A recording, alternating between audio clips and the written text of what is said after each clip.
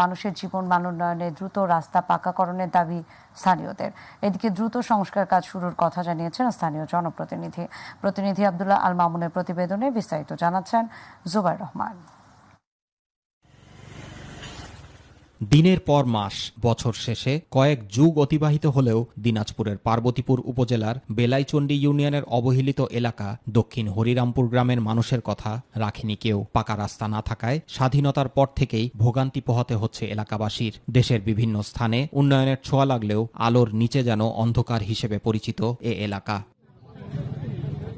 বেলাইচন্ডী ইউনিয়নের বৌবাজার থেকে কয়াপাড়াও গোমস্তাপুর পর্যন্ত প্রায় ৫ কিলোমিটার রাস্তা পাকা না হওয়ায় দুর্ভোগ যেন নিত্যদিনের সঙ্গী এলাকাবাসীর। গ্রীষ্মকালে ধুলোবালিতে চলাচল করা গেলেও বর্ষায় কাদামাটির কারণে শহরের সাথে যোগাযোগ প্রায় বিচ্ছিন্ন হয়ে যায় স্থানীয়দের। বিপদে পড়তে হয় রোগী বহনকারী অ্যাম্বুলেন্স সহ স্বজনদের। এতে বিপাকে পড়েন স্কুল কলেজ